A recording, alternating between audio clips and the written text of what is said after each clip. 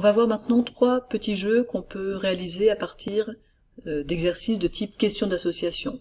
Donc vous avez une question 1, une question 2, une question 3, et puis les réponses à associer.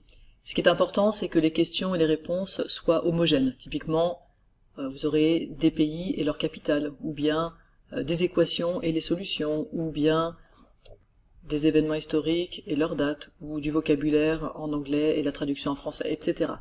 C'est important que ce soit homogène pour que l'association ne se fasse pas simplement par déduction du type de questions posées. Si vous avez donc un questionnaire de ce type, voici trois propositions de jeu. Et commençons par le PictoArt. Dans l'idée du PictoArt, chaque question, donc question 1, 2, 3, 4, va être associée à une réponse, et la réponse déterminera comment la tuile doit être coloriée. Alors, rentrons dans le détail. Par exemple, la question 3 est associée à la réponse A. Donc ici, je vais devoir dessiner, laisser en blanc les deux à gauche, et dessiner en noir les deux à droite. La question 2 est associée à la réponse B, donc je vais ici représenter la réponse B, c'est-à-dire dessiner les deux carrés en haut en noir et laisser les deux carrés en bas en blanc.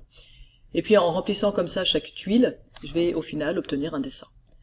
Alors c'est très facile pour l'élève de savoir si c'est trompé ou pas. En général, le dessin a un sens ou pas, parce que quand on échange deux tuiles, en général, ça a déjà plus beaucoup de sens.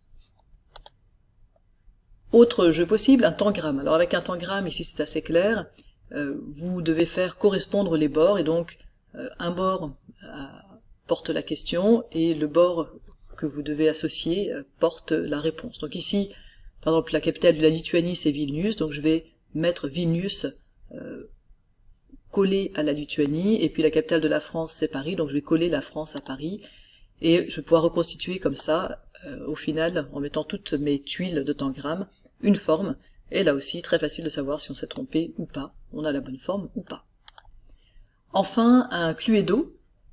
Alors l'idée du Cluedo, c'est de trouver un coupable, une arme du crime et un lieu de crime. Alors le crime, c'est au sens large, à vous d'imaginer quelque chose qui soit acceptable pour vos élèves.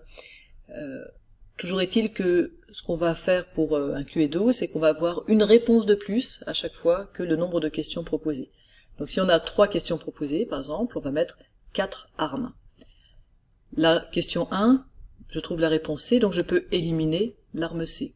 Question 2, je trouve la réponse B, donc je peux éliminer l'arme B. Question 3, je trouve la réponse A, donc j'élimine la réponse A. Il ne me reste plus que la réponse D, et donc j'en déduis que l'arme du crime, ici, c'est un arc. Et on va faire la même chose pour les coupables et pour le lieu du crime.